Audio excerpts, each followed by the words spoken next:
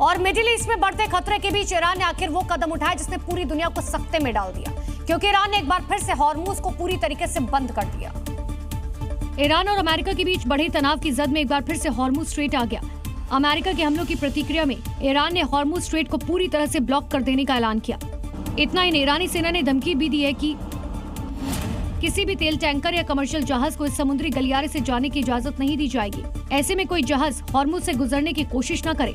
जो जहाज हॉर्मुज से गुजरने की कोशिश करेगा उस पर हमले होंगे। ऐसे जहाजों को गोलियों से भून देंगे। ऐसे में यहाँ से गुजरने वाले जहाजों की सुरक्षा की जिम्मेदारी उनकी खुद की होगी। हॉर्मुज बंद होने से दुनिया के बड़े हिस्से में खाड़ी देशों से तेल और गैस की आपूर्ति फिर प्रभावित हो सकती है।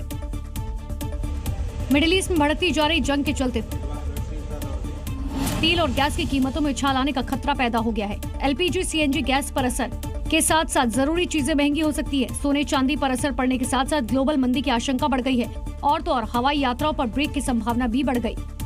भारत भी पहले से इससे प्रभावित होता रहा है। ऐसे में भारत में तेल और गैस का संकट और भी ज्यादा बढ़ने की संभावना बढ़ गई। योगी मॉडल की तर्ज पर बिहार में सम्राट फोर्स का एक्शन देखने को मिल रहा है। अपराधियों और बदमाशों पर शिकंजा कसा जा रहा है, साथ ही आरोपियों की संपत्ति को कुर्क किया जा रहा है। वो अपनी चल संपत्ति को खुद खोने से बचा सकते हैं, अन्यथा आज संदेह में ही उनके सभी नामजद अभियुक्तों के चल संपत्ति को खुद कर दिया जाएगा।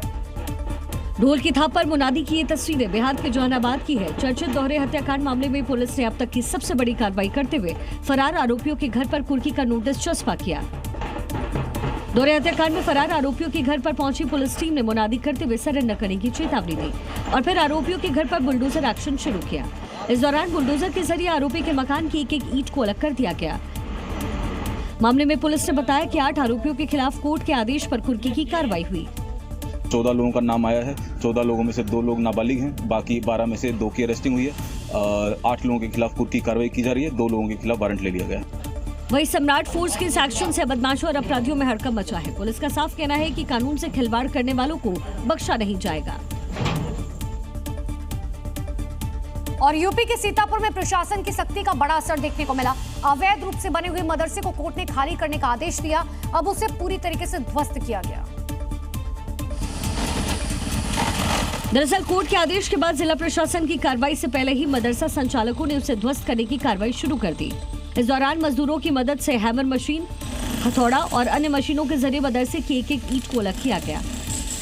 जानकारी के मुताबिक तालाब की सरकारी जमीन पर तकरीबन 15 साल पहले अवैध मदरसे का निर्माण हुआ।